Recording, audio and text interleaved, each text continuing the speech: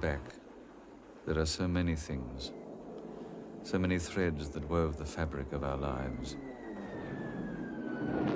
The war in Vietnam, days of protest, My Lai and Khe Sanh. It's 1972.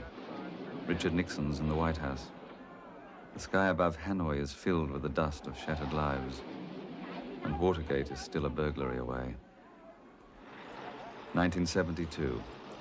The Middle East smolders. It's the era of shuttle diplomacy, the hijack and the hostage. It's a world running on a fuel that will never run out, where gold is bought and sold for $50 an ounce. But most of all, it's the age of rebellion. It's a time of civil disobedience and urban terrorism, of a revolution in thoughts and values. Never before in all the world has there been such a breakup. But I want to tell you about our country and some things which happened then that nearly tore it apart. This isn't going to be easy. It's still there in our memory. For many Australians, bitterness is never far away. But maybe now we can understand, and to understand is to forgive. It began here on December the 2nd, 1972. For the first time in 23 years, the Australian Labor Party, its roots deep in the trade union movement, wins government.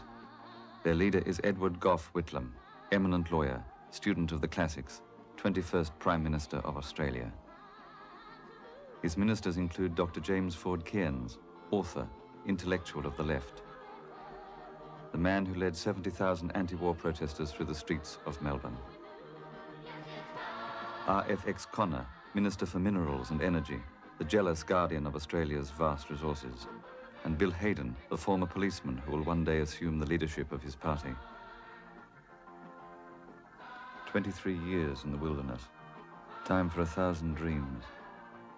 Conscription abolished, the draft resistors freed, the dollar revalued, foreign policy rewritten. China is recognized, aid to South Vietnam stopped, French nuclear tests condemned. For the first time, an Australian government champions racial equality, encourages the arts, and promotes Australian ownership of Australian resources.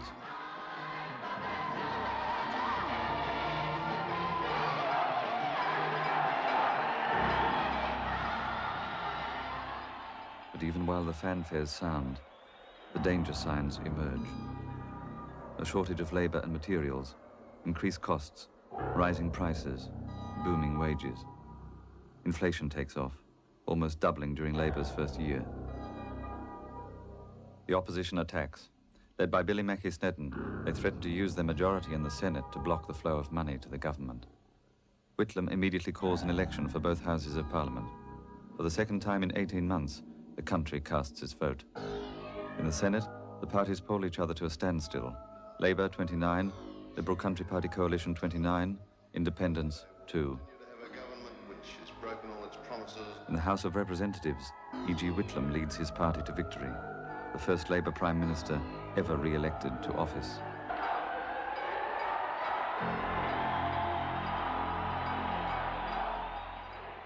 Eight weeks later, Whitlam's personal choice as Governor-General is sworn in as the representative of the British Crown in Australia, the titular head of state. John Robert Kerr is a choice Whitlam will regret the rest of his life. But in July 1974, the appointment arouses little interest. To most Australians, the Governor-General is the ceremonial relic of another era. The real issues facing the country remain economic. The price of oil rises, the world recession deepens, Australia staggers. Unemployment and inflation break all post-war records. Economic policies are adopted, contradicted and discarded. Profits are squeezed, confidence destroyed, businesses fail. It's October 1974. Australia, the lucky country, no more.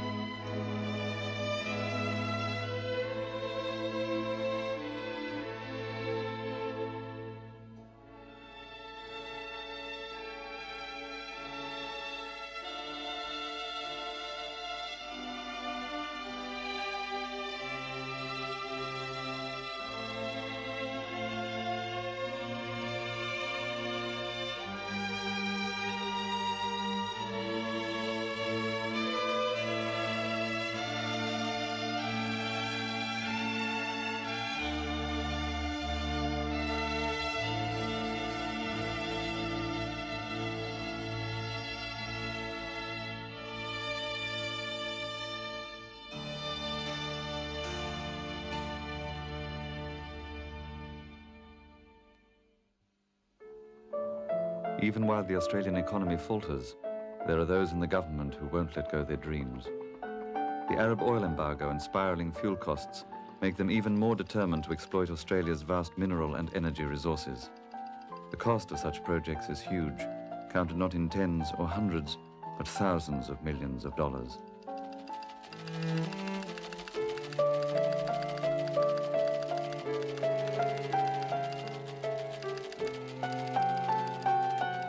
Lured by the promise of cheap petrodollars, the Australian government stumbles into a shadowy world populated by commodity brokers, deal makers and fringe financiers.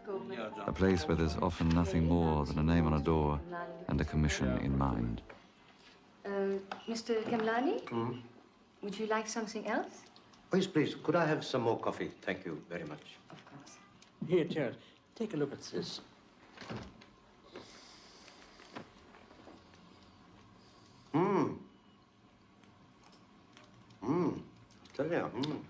They want big money. It's too big for me.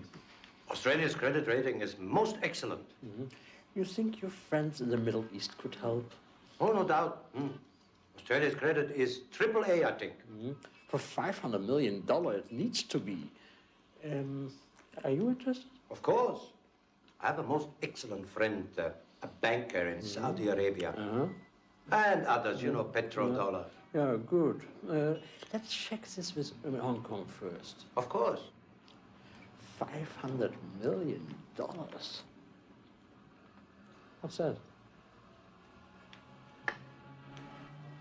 Your commission. In Australia, inflation and unemployment continue to strike deep into the country, fueling an increasingly bitter political debate. The Forum is the House of Representatives, dominated by the 66 members of the Labour Party, who together constitute the government. Their ranks include 13 trade union officials, 6 school teachers, 2 boilermakers, and an engine driver. Ranged against them is the opposition, a coalition of two traditionally conservative parties. The junior partner, the Country Party, fields amongst its members 14 farmers, a Presbyterian minister, and a retired colonel. The Liberal Party, the advocate of private enterprise, includes 11 lawyers, 6 company directors, and a brace of ex-prime ministers. For thine is the kingdom, the power and the glory, forever and ever. Amen. Between them, the Speaker, the man elected by the House of Representatives to preside over the House itself. By common agreement, a difficult job in the best of times, an almost impossible task in the worst, and these are the worst of times. Questions without notice. Any Order!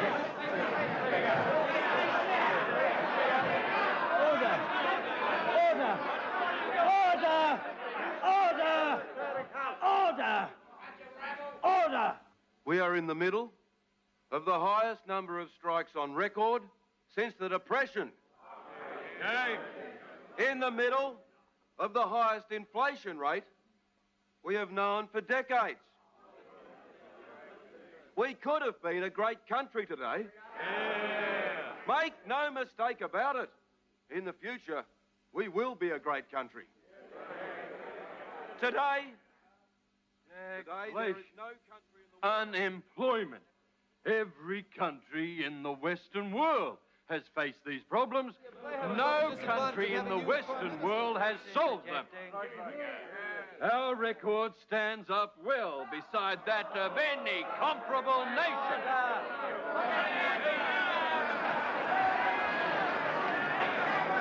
They ought to be ashamed of themselves. A stranger! Not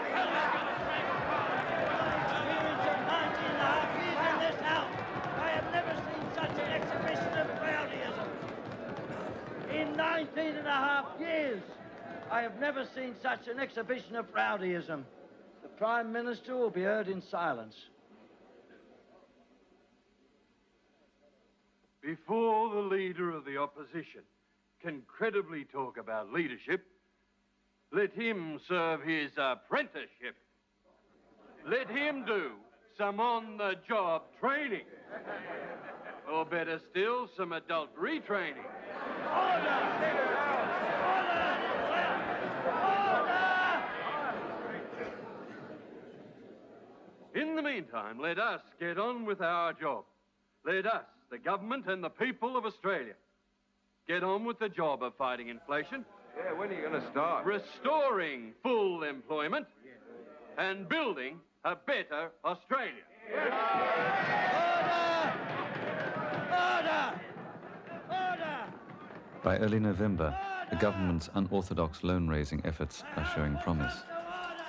Pakistani commodities dealer Tirath Hasaram Kemlani, a former dress designer once married to a Scottish policewoman, tells the government he can raise at least $500 million from Arab oil interests.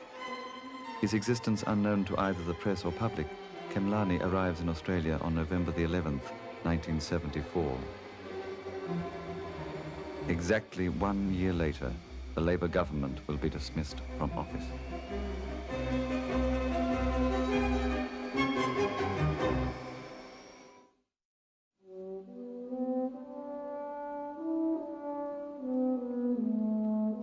You've seen my references and a letter of introduction from my London bank.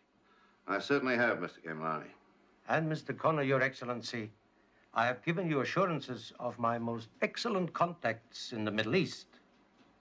So, therefore, I would like to say at the outset, truthfully, that if you wish me to act on behalf of the government, I must have a letter of mandate. And my company wishes me to arrive at a formula for a commission. You understand?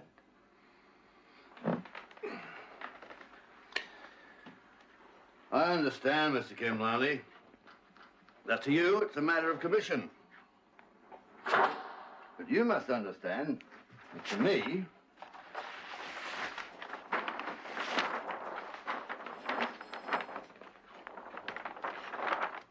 it's about the future of my country. Now look at this.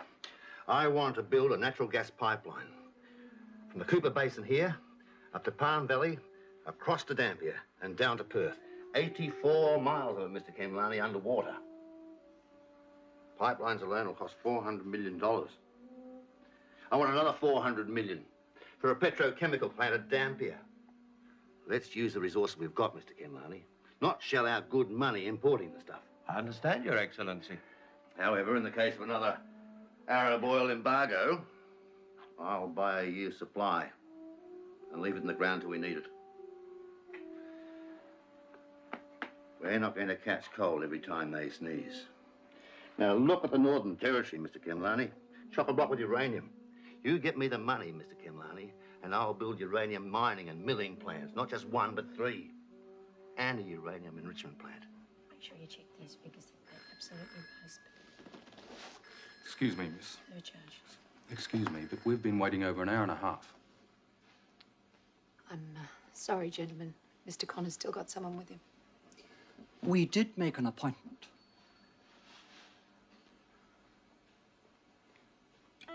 Mr. Connor, the two gentlemen from the Oil Exploration Company are still waiting. I haven't got time, Joan. Besides, I'm not interested in hillbillies that come to Canberra. Sniffing around after tax concessions before they sell off Australia to overseas interests. You bloody shysters.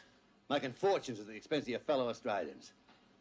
Why don't you whine around these louts? They're your stooges around here, aren't they? Come on, John, we're wasting our time here.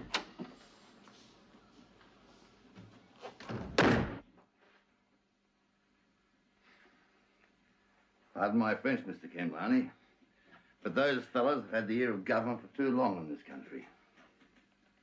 Australian oil belongs to the Australian people. And while I'm here, I mean to see that they hang on to it. Now, where was I? Uranium, Your Excellency. Right. That's all in the north and the west. And there's research to be done to other things like hydrogeneration, solar energy. So many things, Mr. Connor. Brother, I've spent a lifetime getting into this office. And I haven't got time to waste. The Whitlam government has a mandate to reform Australia. If we don't do it now, we never will.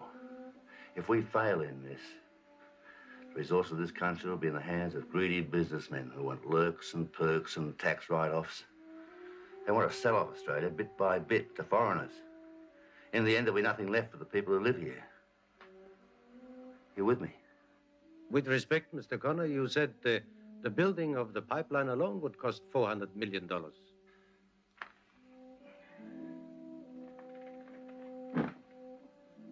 I'll be straight with you, Mr. Kimlani.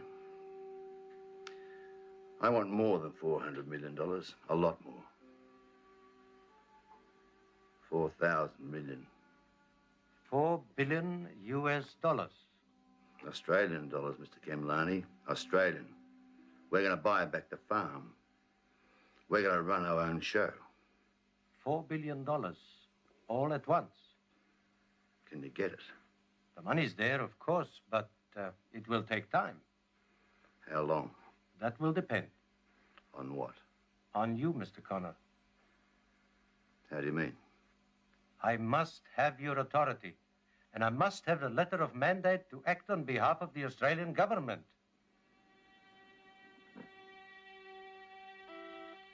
Would you ask to come over? And when he arrives, would you come in too, please? And bring your notebook.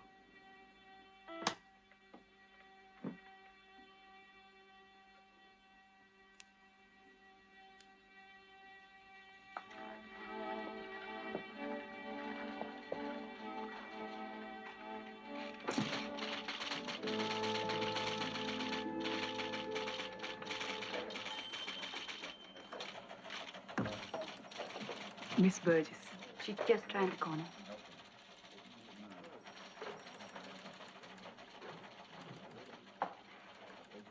Excuse me. I'm Junie Morosi. I have an appointment with Dr. Cairns. Yes, I'll wait. 11:15? That's right. One moment, please.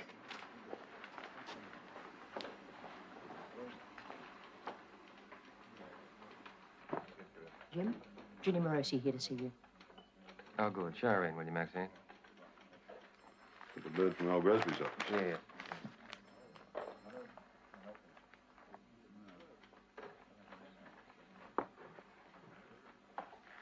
Miss Morosi?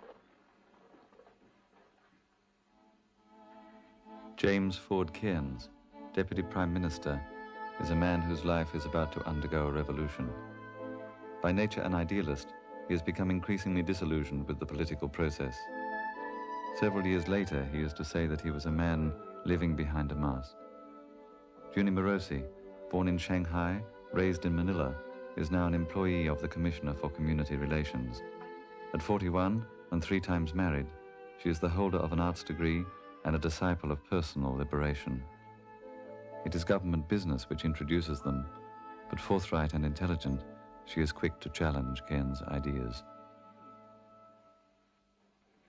As you've read the book, you'll know that I didn't set out to write an autobiography. I set out to make people think about some issues. Yes. What do you feel about those issues? Well, what I feel about them is irrelevant, surely. Irrelevant? Well, don't you think that feelings only cloud the issues, that they distort the truth? No. Feelings lead you to the truth. I have spent 30 years trying to put myself in touch with my feelings. Have you? I find that a remarkably self-centered philosophy of life. I mean, you've spent 30 years exploring yourself. You've spent 50 years and know nothing about yourself. I wouldn't say that.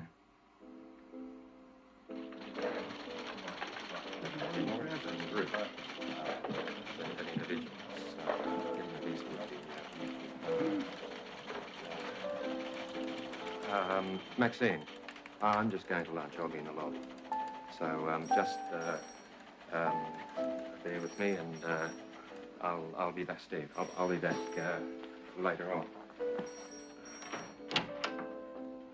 And so begins a friendship which in the months ahead will be written in headlines. The media will christen her Supergirl. The issue, the Morosi affair.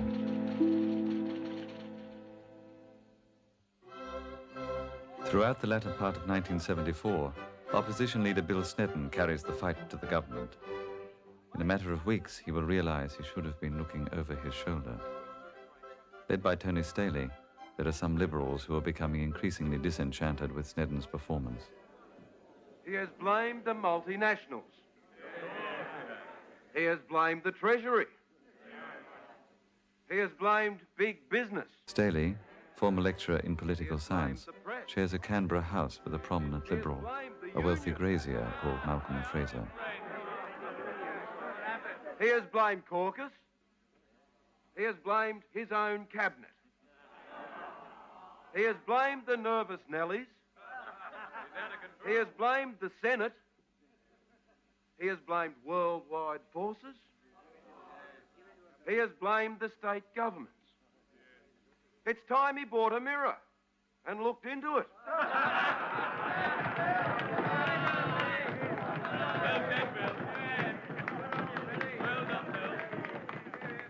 His great disadvantage in the Liberal organisation is that he did not go to the correct school and he is not well connected.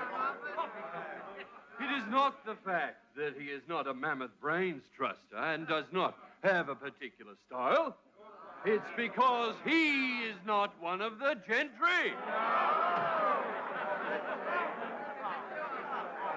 He was not born to rule. Order! Mr. Speaker! Order! Point of order, Mr. Speaker!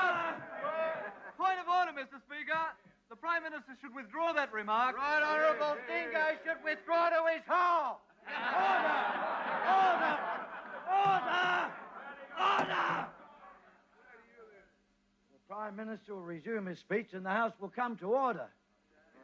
I take a point of order, Mr. Speaker.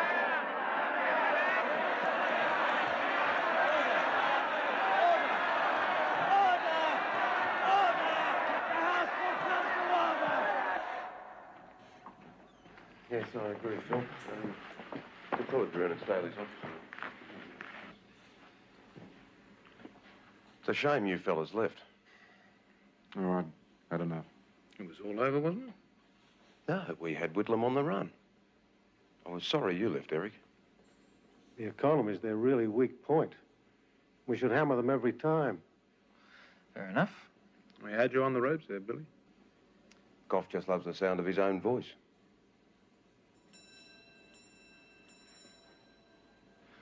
Look, I'll leave you chaps to it. Got a couple of journos waiting. Why don't you all pop around and have a drink with me later?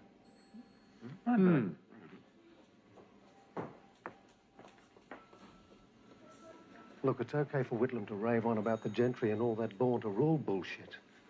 His father didn't die when he was 8, and he didn't sell newspapers to put himself through school. G'day, Phil. Bill Snedden rose from that to become the leader of the Liberal Party. It's what the Liberal Party's all about, and he deserves your support. In this game, gentlemen, a man can be popular or respected, but not both. Careful, Tony. You want Labour in the headlines, not us.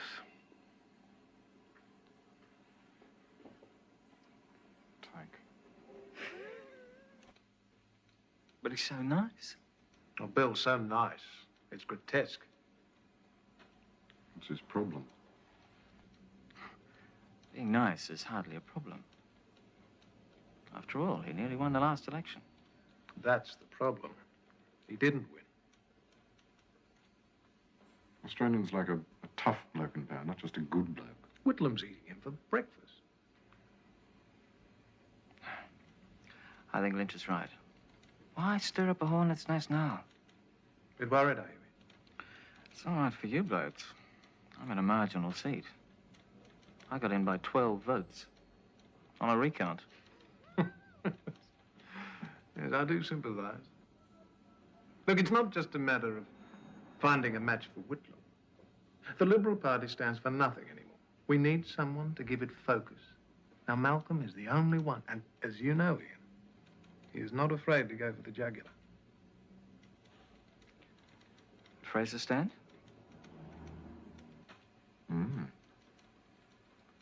You were sure of the numbers he would. I know he would. I can give leadership to my team, and they will all follow me. If I ask them to walk through the valley of death on hot coals. They'd do it. Every one of my colleagues trusts me. Everyone recognises my political judgment. And if I say something must be thus, then thus it will be. That's why I'm leader. Good on you, Bill. Bill Snedden assures the business community that he can and will lead the party. Staley and his colleagues embark on an enterprise as old as politics itself. The numbers game. A game of persuasion, prediction, and chance. There is. Well, we won't get Gordon. Gordon hates Fraser's guts. Well, speak of the devil. What's happening? We were just talking about Snedden. Well, I won't interrupt. See you later.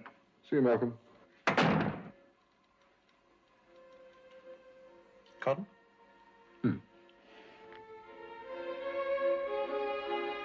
At last there remains only one more vote to canvass, that of Sir Robert Gordon Menzies, Australia's longest-serving Prime Minister, the founder of the Liberal Party. While he has not held a seat in Parliament for almost a decade, the man once known as Ming the Merciless still wields substantial influence.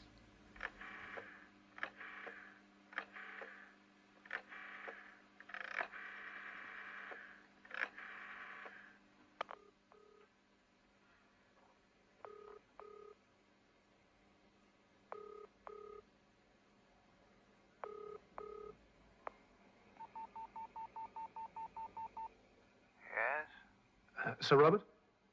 It's Tony Staley. Oh, yeah. I took the liberty of using your private number, sir. What can I do for you, Staley? I won't beat around the bush, sir. I'm going to move a spill of the party leadership. I see. In favor of whom? Malcolm Fraser, sir. My dear boy, I wish you well. But you're doomed to fail. Why is that, sir? Your colleagues are all stupid up there, you see. The answer's obvious. Huh? Malcolm. Malcolm's the only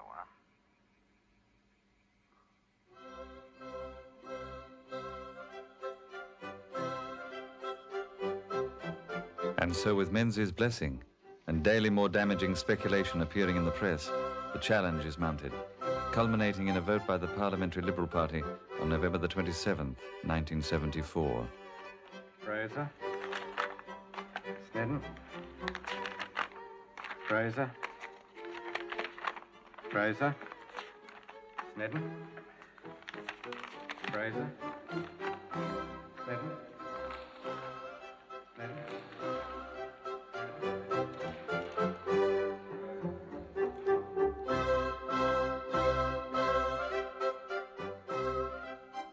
It is finished. It will be finished.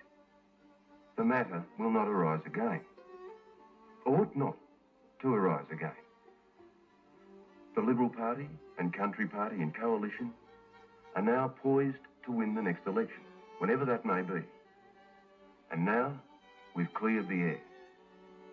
The rumours that have been persisting for some time ought now to be regarded as baseless, without foundation. And that anybody who repeats them ought to be regarded as a mere peddler of rumour. But despite Bill Snedden's confidence, the leadership challenge isn't over. To Malcolm Fraser, it's only just begun.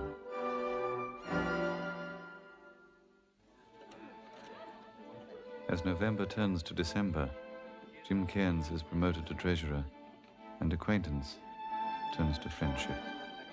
Junie, I want you to come and work for me. As my principal assistant. You don't think it's a good idea? No, not really. Why? Look, we are friends. Working together could spoil that. Oh, I wouldn't say that. That first day you came into my office, talked about feelings, I thought you were talking through your head. Now I realize how wrong I've been. I mean, God, look at me. I have no music. I can't dance a step. I'm as clumsy as an elephant. I've spent my life working for social change, looking for the causes of suppression.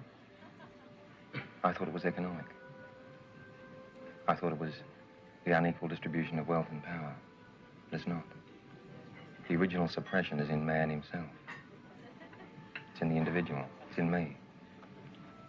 You taught me that. We can teach others. Come and work with me. But the press and opposition are dredging Morosi's past, auditing her business affairs, questioning her morality. More damaging yet, there's a whispering campaign, innuendo, rumor, insinuation. They should be able to say things about him. But Junie Morosi's got him twisted round his little finger. Yeah, well, that's not the word in the bar. Listen, Love, all I know is you know the bloke a lot better than I do. I'm just here to do a job. I reckon that's what you... Yes, but part of... Stomach playing up, Jeff, is it? You got a minute, Maxine? Yeah, sure.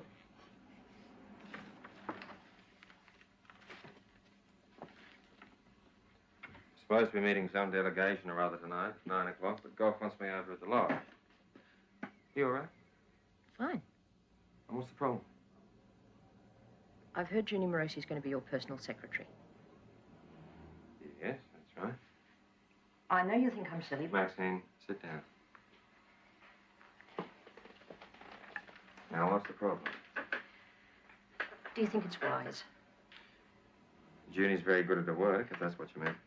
Jeff and I have been talking about it, and we think... Jeff, I think you better come in here. We'll all talk about it, okay?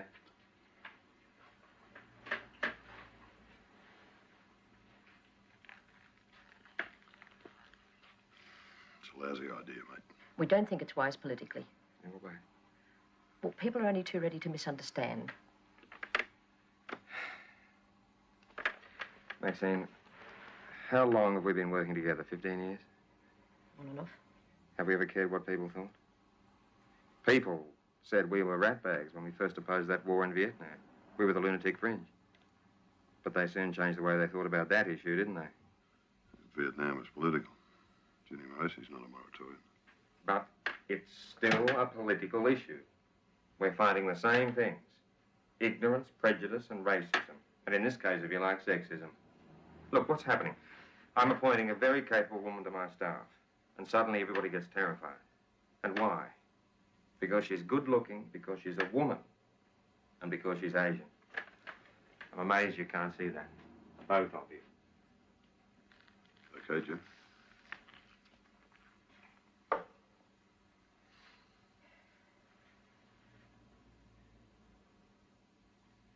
Maxine. Now, look, you were once married to my stepson, Philip. Now you're both working for me, and I was accused of nepotism. Now, I didn't care about that, because you're both good at your jobs, and I trust you. I mean, you can't work with people unless you trust them. And I trust Junie.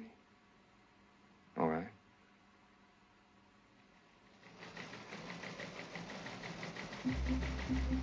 The beautiful secretary and the cabinet minister threaten to overshadow even the economy as a major political issue.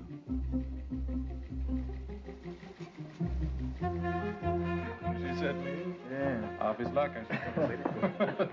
Hey, Phil, you seen this? Oh, yeah.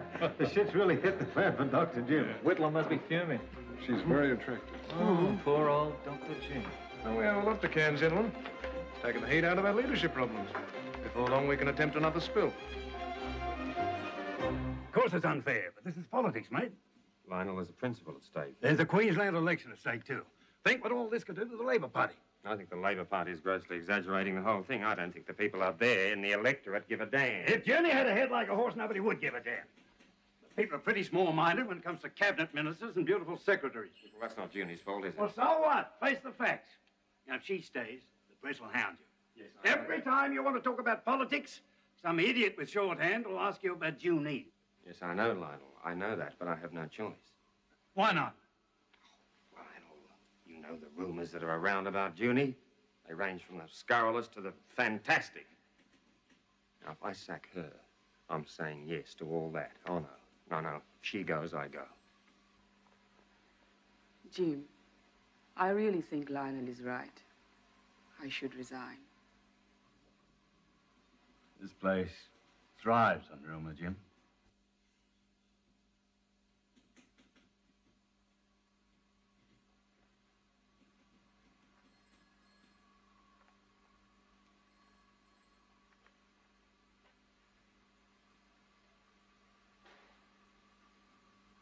As soon as all this nonsense is over, she comes back.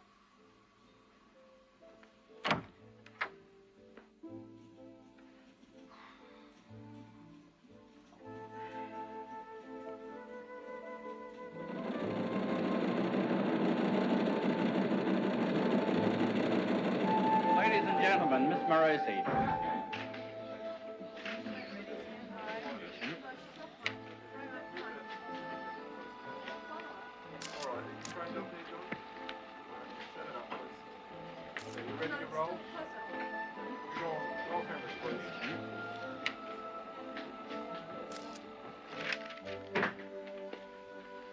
She's called her own press conference. Prime Minister Dr. John Kerr today met with the press to clarify details of a recent resignation. My job to protect you from the media. She's going to We turn cross us now into live to the conference. The media have turned it into a circus. It's going to write to defend us all. Thank you for coming. We're here to answer your questions.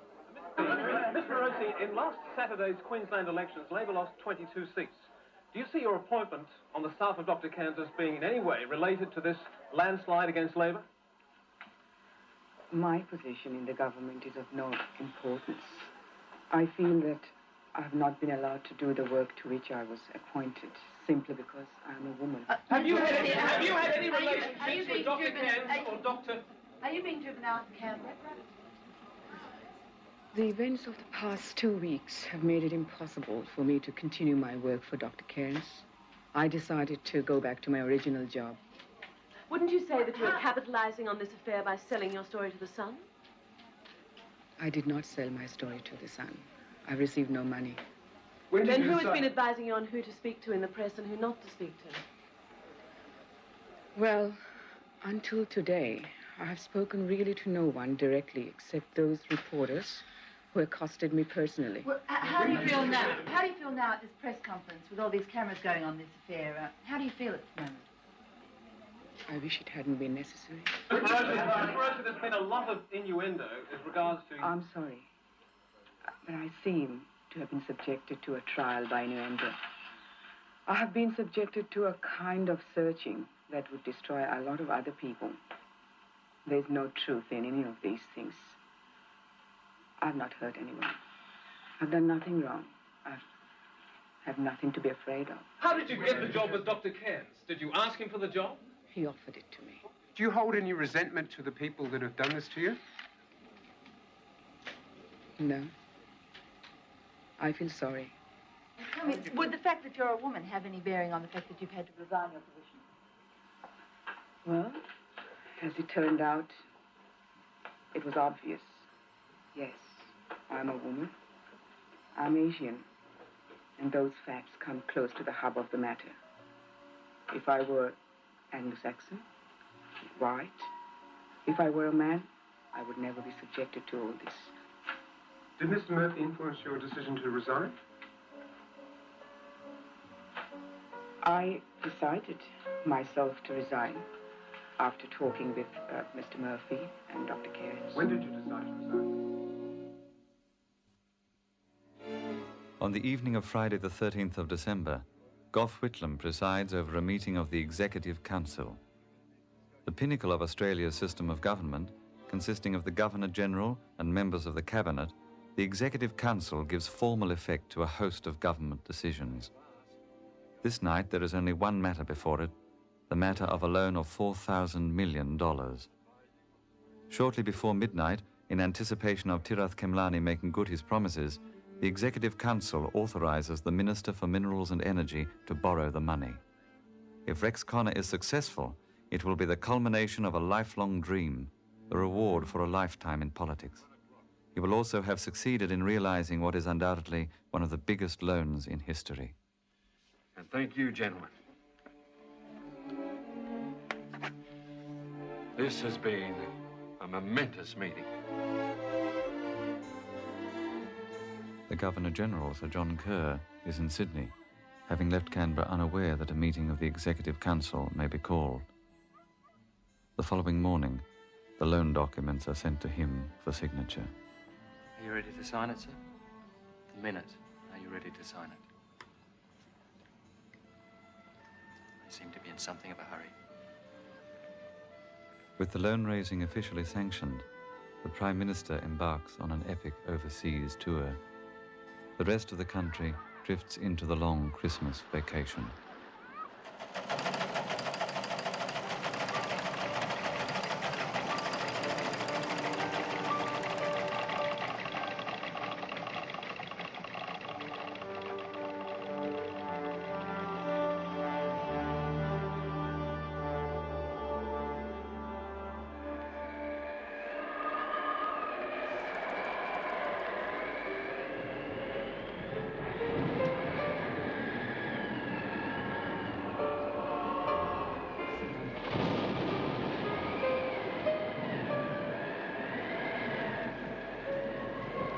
Cyclone Tracy, the country's worst natural disaster.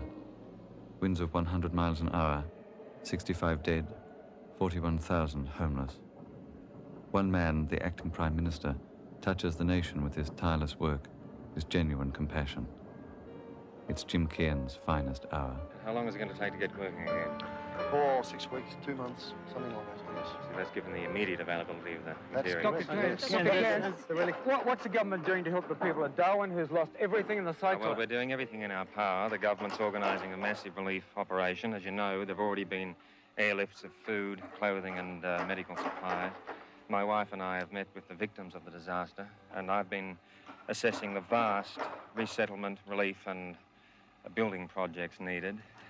Morale and courage is very high, and it's been quite an honour to move, often silently among them, and to try and share a little of their tragedy and their courage. Dr. Kearns, it's been said that you intend to re-engage Ginny Morosi as your private secretary. Is there any truth in that? No comment. It is true. He will rehire Ginny Morosi. Within 6 months, Jim Kearns will be dismissed from office, his career in tatters.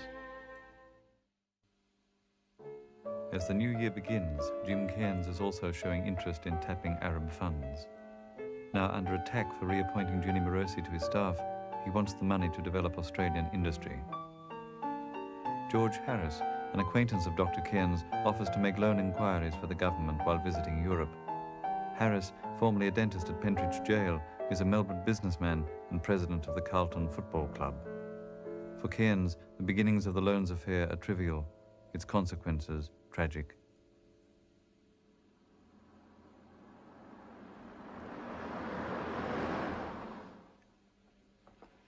On March the 5th, 1975, George Harris has an appointment in the office of the Treasurer. My name's Harris. The purpose of the visit is to collect a letter which will help him in his attempts to organise a loan for the Australian government. In the months ahead, the contents of this letter from Dr. Kearns to George Harris will become the subject of bitter dispute. That's Saturday fortnight. Mr. Harris here. George, come in. But first, the Harris venture comes to the attention of a senior public servant, the Secretary to the Treasury. Minister, see it my way. I hear that a Melbourne businessman tells you that he's prepared to look for some loan money when he's abroad. Then I find out that it's George Harris, president of the Carlton Football Club. Well, football is just one of George's interests. The important fact is that he's a successful businessman who knows his way around. Would you mind signing these, please, Jim? It's our concern at Treasury that Harris does not represent a major underwriting group or a well-known bank. Fred, if you only do things the way they've always been done, things don't change. But we live in times where nothing's certain. People everywhere are looking for new ways. Even public servants shouldn't cling to the past. Thank you, Junie. Thanks, Jim. Minister, as head of the Treasury, it's my duty to protect government finances and to supervise the way it raises loans. Harris is not raising any loans. I've merely asked him to look around for cheap sources of funds. But we have our own people to do that. Yes, and they go to the same people they've always gone to, and we pay 11, 12, 13% interest instead of maybe 8 or 9%. Minister, I feel that whatever qualifications this George Harris has, you should, Excuse me, Fred. Kane speaking. Oh, yeah? Yes, when? Yes, all right, well, tell him I'll be there. Yes, bye. Now, Fred, I want you to understand why I'm so interested in seeing if Harris can put us in touch with some cheap funds. I want to get the Australian Industries Development Commission onto a firm footing. Now, properly funded, the AIDC will be crucial in getting Australian industry owned by Australians. I'm not arguing with that. But let's get the money flowing through the proper channels. Well, yes. Now, that's just what the Americans told me. Anything to keep their hands in our pockets. Minister, I must insist, for the sake of efficiency, that all future loan inquiries be referred directly to Treasury. Well, so you can bugger them up.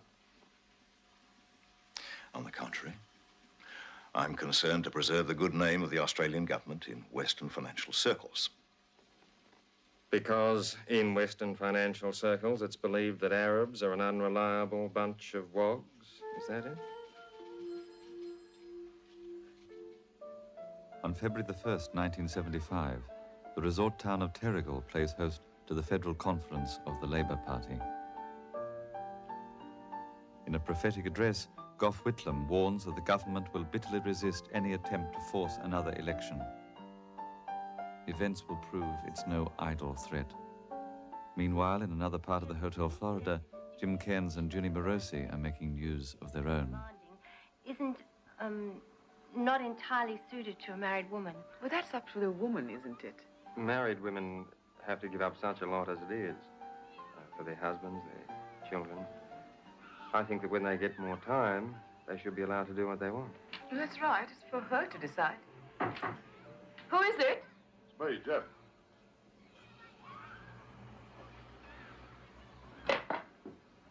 My press secretary. We're busy, Jeff. What is it, Jeff? It's another interview. Look, relax. It's nothing political. Jenny, right now, Jim doesn't need any more publicity. I know the journalist, okay? I trust her. She's from the tabloid press. That's right. Do you think they'll give you a fair go? Look, it's nothing to do with party politics. Well, do you mind telling me what it is about? Women's issues. We're almost finished in here, Jeff. I'll catch up with you later. We'll go over it then. I don't bother. I'll read all about it.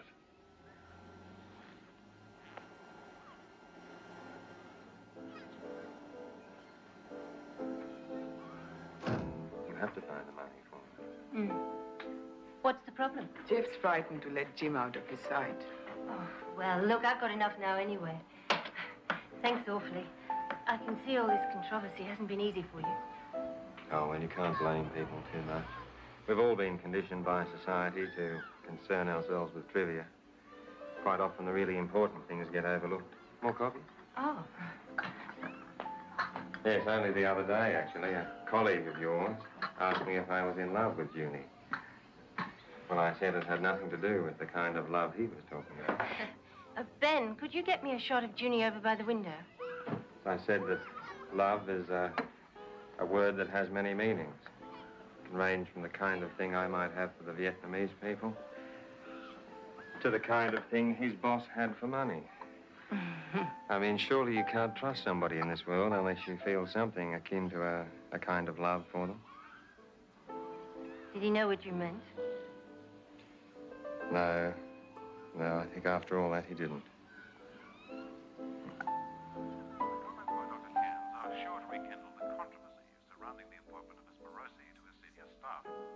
Dr. Kerr said that Miss Morosi had a remarkable ability to understand people and to put that understanding into effect. But the most controversial comments were about his feelings for his secretary. Dr. Kerr said, surely you can't... It's done untold damage, Jim, believe me. Well, that's the difficulty, Jeff. I don't believe you. The whole country's either laughing or depressed. They think they're carrying on like a lovesick kid. That's your opinion, is it, Jeff? It's what people are thinking and saying. Geez, if I don't tell you, mate, who's going to? I reckon Gough's face was a picture when he saw the article. Oh, he said nothing to me about it. Well, what about your electorate? You care what they think? The people that put you there. Yes, I hope they'll see I'm taking a stand against prejudice. Well, how by spilling your guts to the sun? Jeff, if we haven't got our message across this time, I'll give another interview and another and another until we do. That's what Junie wants, is it? Jeff, I really don't think there's much point in discussing this any further, is there? Okay, now let's talk about my resignation. Because you sure as hell don't need a press secretary with Junie running your PR. All right, Jeff. I accept your resignation. Oh, no, mate. You want me out of here, you're going to have to sack me. All right. You're sacked. Oh, listen, mate.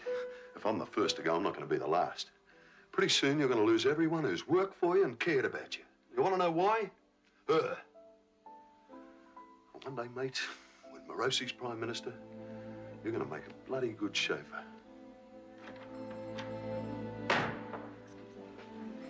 Yes.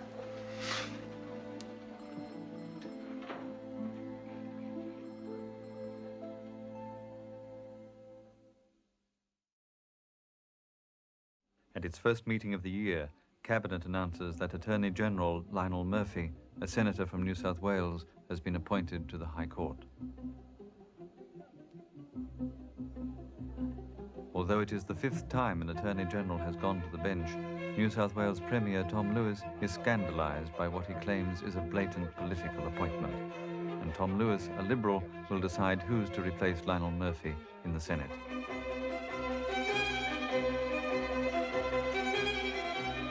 On Monday, February the 10th, Lewis drops a bombshell.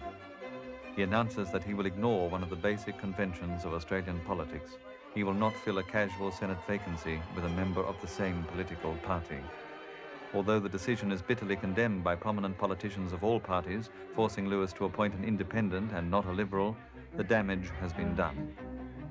A fundamental convention of Australian democracy has been demolished. Mr. Whitlam, Premier Lewis has justified his action by asserting Senator Murphy's appointment to the High Court was a political exercise.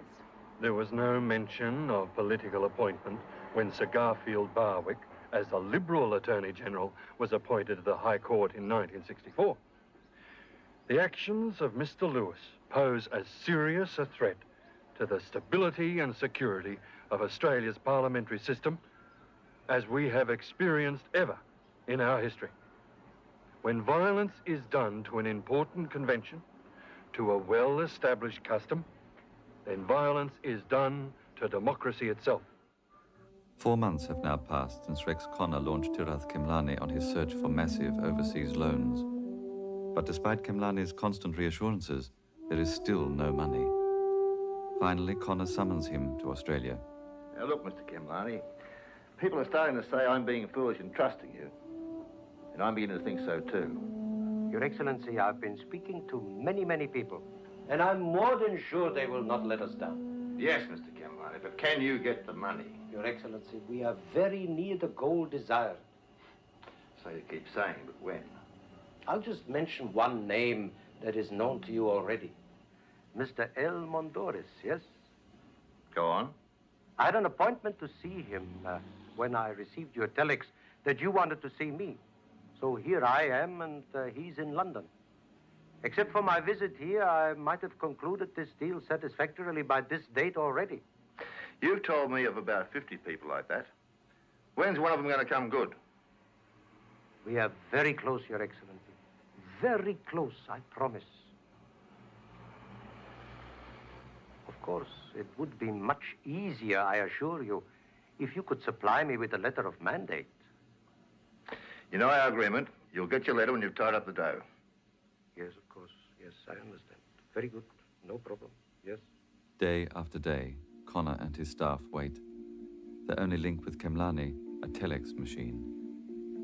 Overseas, the Pakistani broker blazes a trail through the banking houses of 3 continents.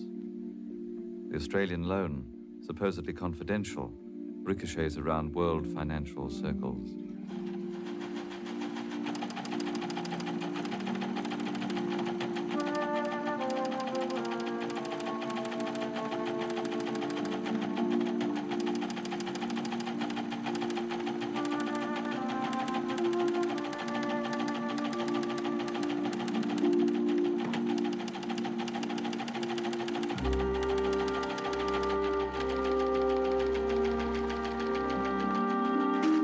Still the message is the same, just a few more days. Bugger him. As the government's funny money deal drags on, as the number of prospective lenders multiplies, it's only a matter of time before the leaks begin. A handful of public servants, either politically opposed to the government or concerned at its methods, relay confidential information to an eager opposition. In the post-Watergate era of investigative journalism, the press not only picks up the story, but prosecutes it with a newfound determination. Within months, what starts as a trickle of information about strange Arab loans will become a flood of allegations and rumor.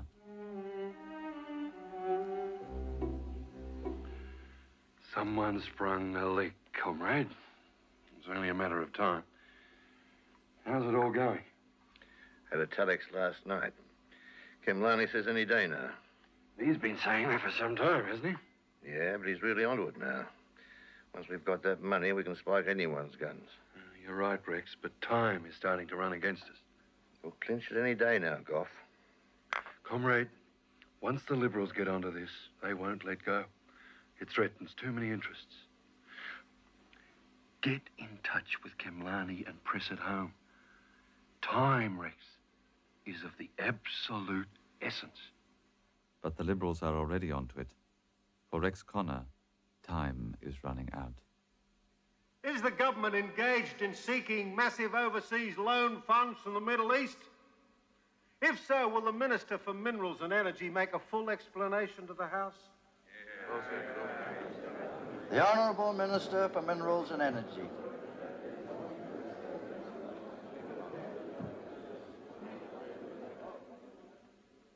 Mr. Speaker, I have noticed a report concerning this matter in one of the metropolitan journals.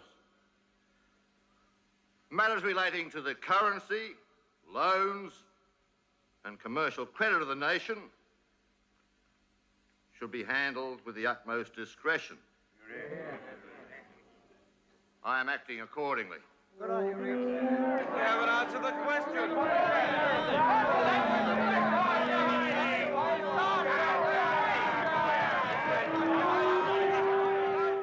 The Connor loan, however, is not the only one that's coming apart. Treasury is now deeply concerned about the Harris letters. Minister, we've spoken before about the dangers of conducting loan dealings through your private office here. As opposed to your private office in Treasury. I'm afraid I must tell you that your friend George Harris is in London, passing around a letter, supposedly from you, in which you offer a commission of 2.5% on any money he might raise. No, just a minute. Your information's obviously wrong. The source is impeccable. No, I gave George Harris a letter of introduction, nothing more. So you have given Harris a letter? Yes. But there was no mention of any specific commission. If and when he finds money, the arrangement is he comes back to me first, and then we talk commission. My advice, sir, is that you withdraw all letters pertaining to loan raising. Let Treasury look after those matters. Right, you've made your point, Fred.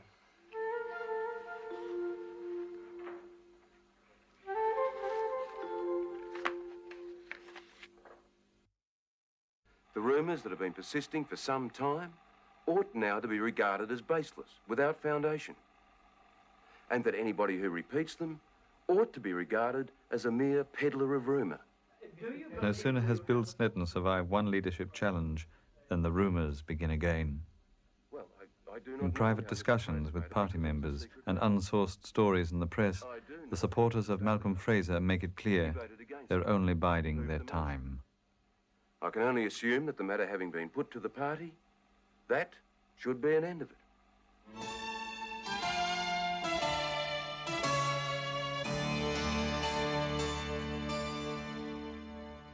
To tell you the truth, I'm sick to death of it. The malice, the distrust, the rumours. It's bloody ridiculous. Am I leader of the opposition or not? Of course you are, Bill. Phil, I know that you as deputy leader support me. But what's your position, Malcolm? You going to turn on me the same way you did on Gordon? That'd be ridiculous. Come on. You're not going to tell me the press make up stories about a Malcolm Fraser challenge? I'm not organizing a challenge against you, Bill. I can assure you of that. If you really mean it, and I hope you do, then for the sake of the party, you should kill the speculation. I want you to make a statement of your support to the press. Of course, Bill.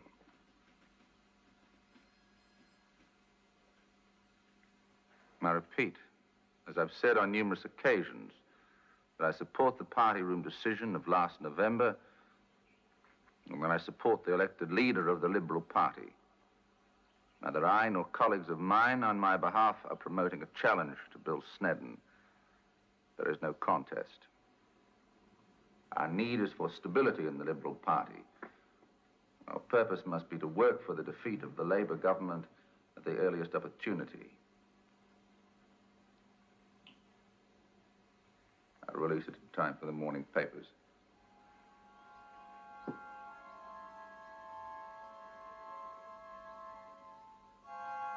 You can see for yourselves. Labour's in real trouble. Just look at that, Reg. We're way ahead. Never trust opinion polls. Come on, Reg, you know we're in front. What's happening? Seen us? Yeah, we got them on the run. Christ, we only had an election. We don't need an election, fellas. We need a new leader. Support for coalition, 49%. Approval of Bill Snedden, 25%.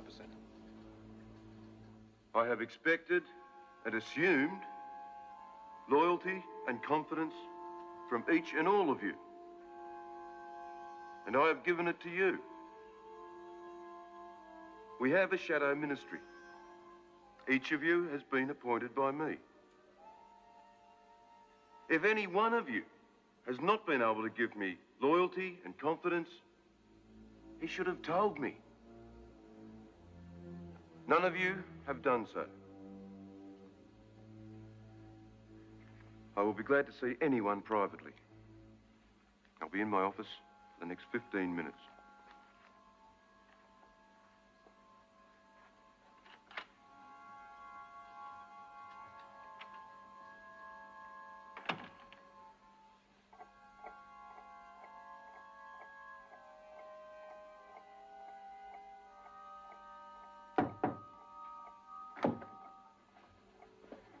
Phil?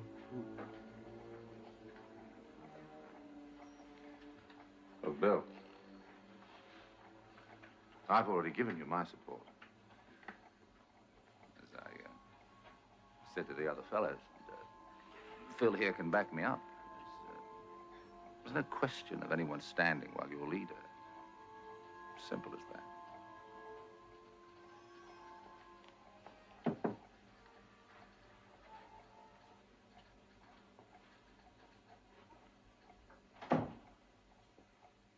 Bill, a lot of the fellas would feel easier if there was another vote on the leadership. We've done that once, and the matter's settled. Well, this would clear up the issue once and for all. Right, fellas? Yeah, one was the best thing, Bill. What are your feelings on this, Phil? I think you should do it, Bill, for the good of the party. Gentlemen, as the motion has been carried, I now declare that the position of leader of the Liberal Party is vacant. Would all candidates for the office please stand?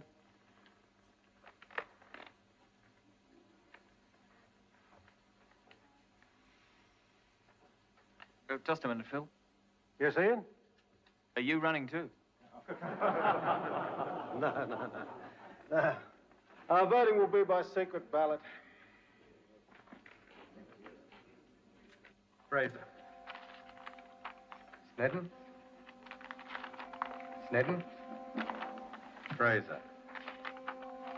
Snedden? Fraser? Fraser?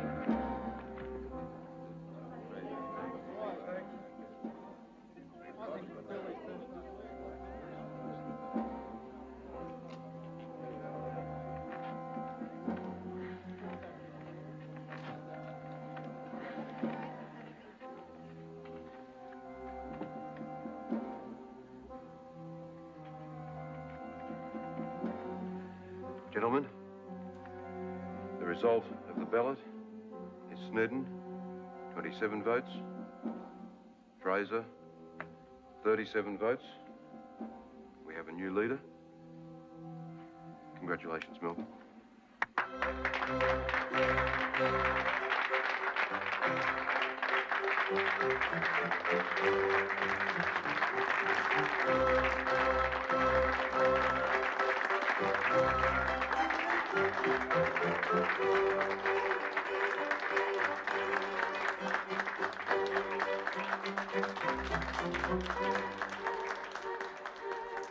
$37 to 27.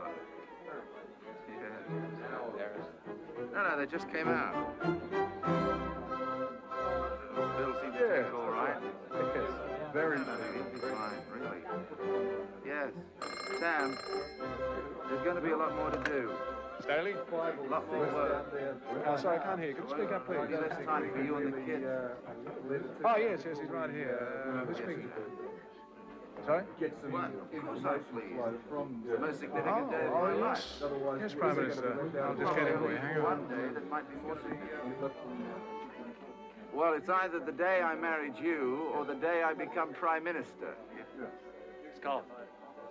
Who? Gone. Tam, I have to go. It's Whitlam. Gough. Yeah, I don't know. Maybe he wants to offer me a job. Yeah, I'll see you tonight. Yeah.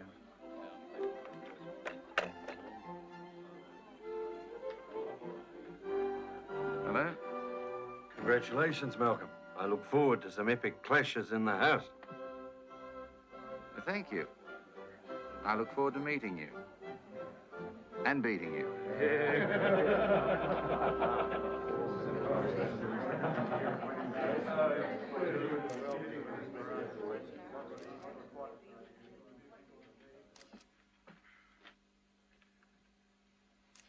How does it feel to be Mr. the leader of the Mr. Fraser, over the past few months there's been a lot of talk about the opposition forcing an early election by rejecting supply.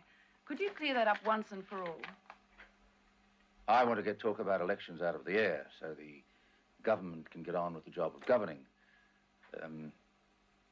I generally believe that if government is elected to power in the lower house and has the numbers and can maintain the numbers in the lower house, then it is entitled to expect that it will govern for the 3-year term, unless quite extraordinary events intervene.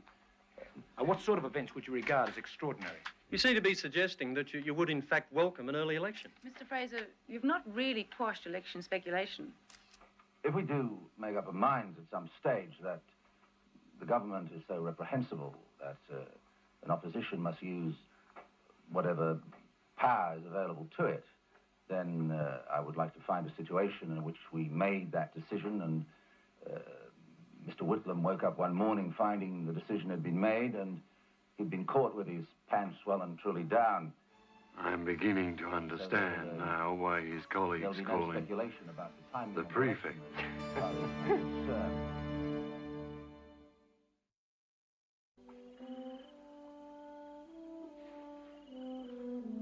It's 5 minutes before 2, and time for the 2CN weather watch.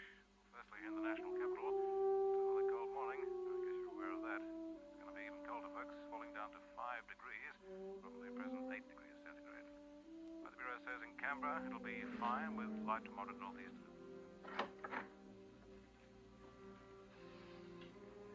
Come on. Up you get. What time is it? 2 a.m., time you went home. Call you a cab, Rex. Don't worry about me, Joan. I've got more work to do before morning. No, Mr. Connor. Night to you, blokes. Drive carefully. Finish up quickly now and get home to bed. Okay. Promise? Night, Joan. Thanks.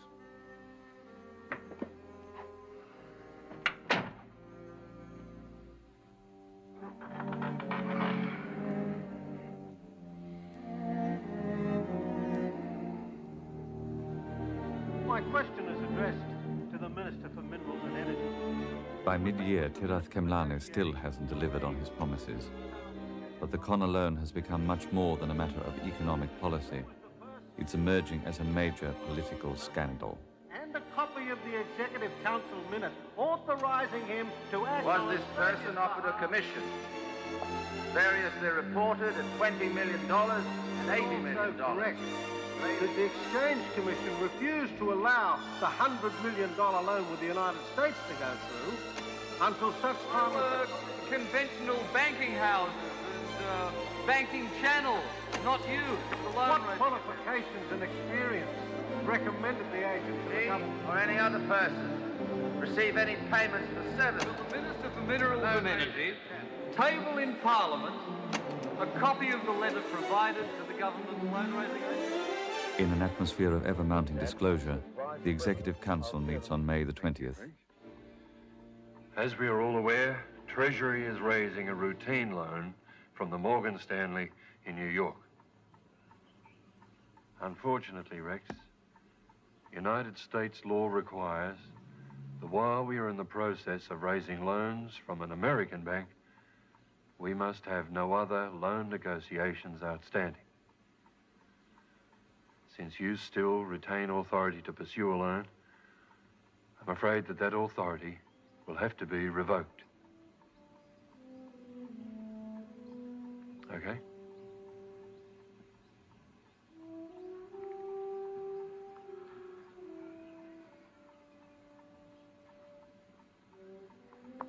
So from this day, 20th of May, all loan negotiations being carried out by the Minister for Minerals and Energy and his department will cease.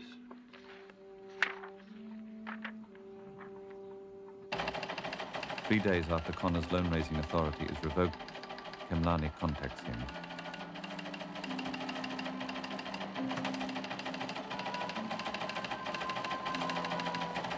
It's from Khemlani.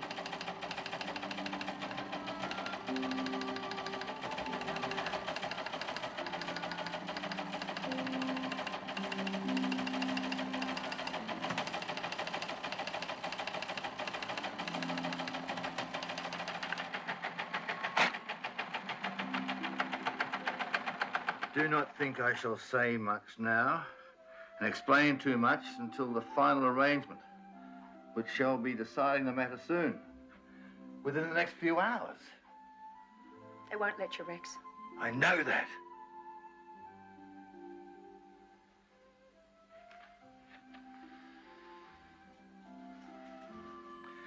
Take this message, please. Dear Mr. Khemlani, I await further specific communication from your principal lenders.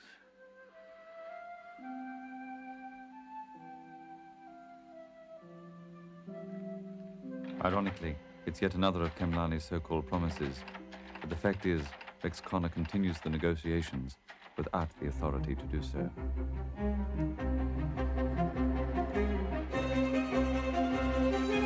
I'm sorry, Dr. Cancer's overseas for the next 3 weeks.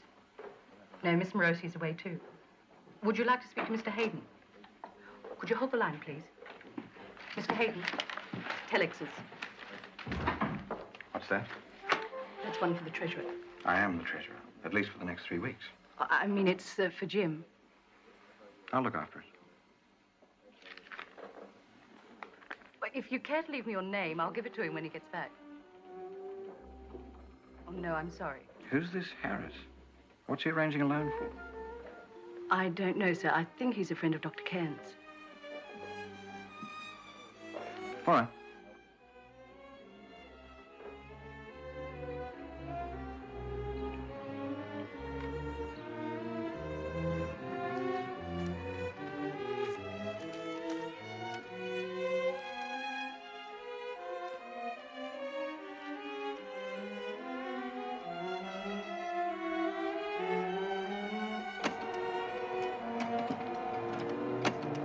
I direct a question to the Prime Minister. Is it a fact that a report in respect of the government's overseas borrowings was given by the Bank of England to the Treasury in London? Does the report contain information from Scotland Yard? Is he aware that the report, which is on Treasury files, has been available for the past 4 months? Leaks I'm used to, but I do not like finding out information about my government from the opposition. Get me Sir Frederick Wheeler on the phone. Better still, ask him to see me. I don't care where he is. Get him. Of course, Prime Minister, if Mr. Khemlani had been the official representative of one of our established sources of finance, such an inquiry would not have been necessary. We know all about Khemlani. We had him checked out ages ago. Mr. Connor is not the only minister with an agent looking for funds abroad. There's Dr. Cairns as well. I assume you're referring to his friend, George Harris? You know about the Harris letter. What Harris letter? It seems the Treasurer has given this Harris fellow a letter authorizing him to look for funds while he's in Europe. The letter appears to put the government under some obligation to pay Harris for his services. Whose opinion is that? Government law officers. I asked them to look into it for me. We've been told that Harris possibly has another letter promising him a specific commission. But the Treasurer tells me that's not correct. Does Dr. Cairns know you've sought legal opinion on his letter? No.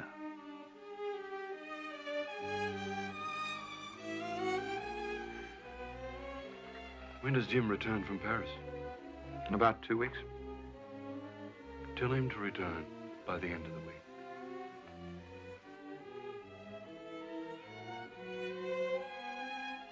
And as if that isn't enough, I learned from Wheeler that you've got some friend traipsing around Europe looking for money.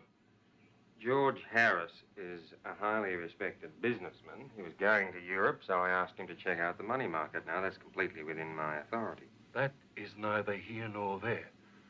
Your letter to George Harris clearly implies an agency relationship. Yes, but I'm entitled to do that. That's part of my job. But you told no one about it. Now, before you commission someone to go looking for money, you should tell Cabinet first. Discuss it. Clear it. Not just do it.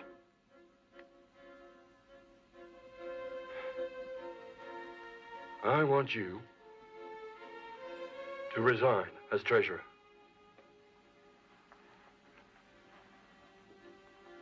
Resign? Yes, Jim. You can have Hayden's portfolio, he can take yours. But it's not over for Jim Cairns. Not yet. There's worse to come. The matter of a letter which offers George Harris a commission of 2.5%. A letter, the text of which a Sydney businessman provides to the opposition. Marshall Green has said that per capita, Australia is the world's most resource-rich nation. Australia's proven recoverable reserves of minerals and energy are worth, on a present-day calculation, $5,700 billion. An astronomical figure, gentlemen. In future, they'll be worth even more. The best security ever offered to overseas lenders. Mr. Speaker. The Honourable Member for Flinders. Mr. Speaker, I direct the question to the member for Laylaw. Did he, in a letter dated on or about the 5th of March, offer a commission of 2.5% for any loan money arranged by the recipient of that letter or his company? The Honourable Member for Layla.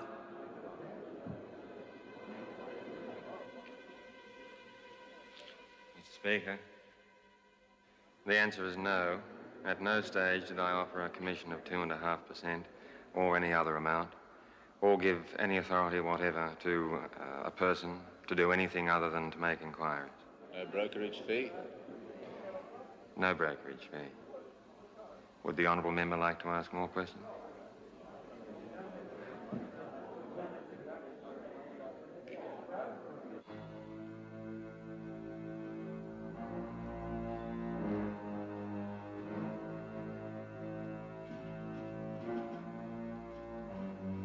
There's no doubt about that.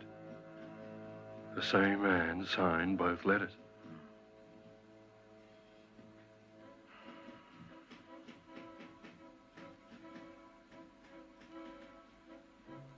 Dear Dr. Cairns, photostat copy of the letter of March 7th, where you promised George Harris a commission of 2.5%.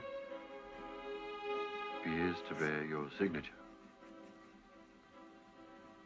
There is a total discrepancy between this letter and the statement made by you to the House on June 4th. I do not regard your explanations as in any way satisfactory. Since you write that you do not intend to resign from any office you hold, I must advise the Governor-General to terminate your commission. You are now dismissed from all office in my government. Yours sincerely, E.G. Whitlam.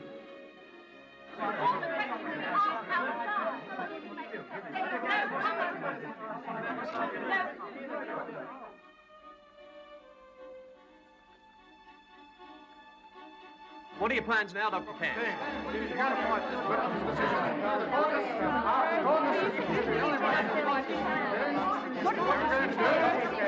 intend doing?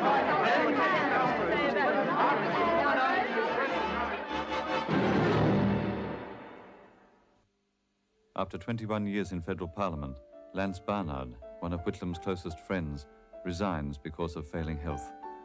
Barnard's resignation, described by one Labour leader as an act of political lunacy, causes a by-election for his Tasmanian seat of Bass. A one-time safe Labour seat, the area has been hard hit by unemployment and recession. I tell you what, the government at the present time, what they should do with them, they should do the same as the bloody Japs done to us poor bastards. What's that? Starve them to death, the bastards. They're not worth a pinch of cold water.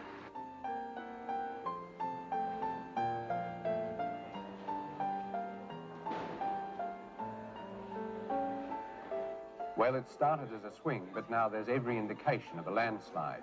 The latest figures from the tally room in Launceston confirm that the government is suffering a disaster in the by-election for Bass.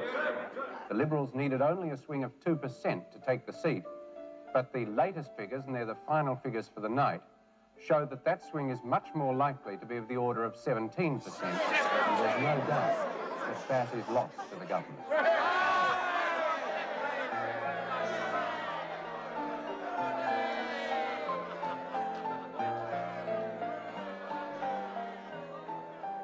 Bass is won.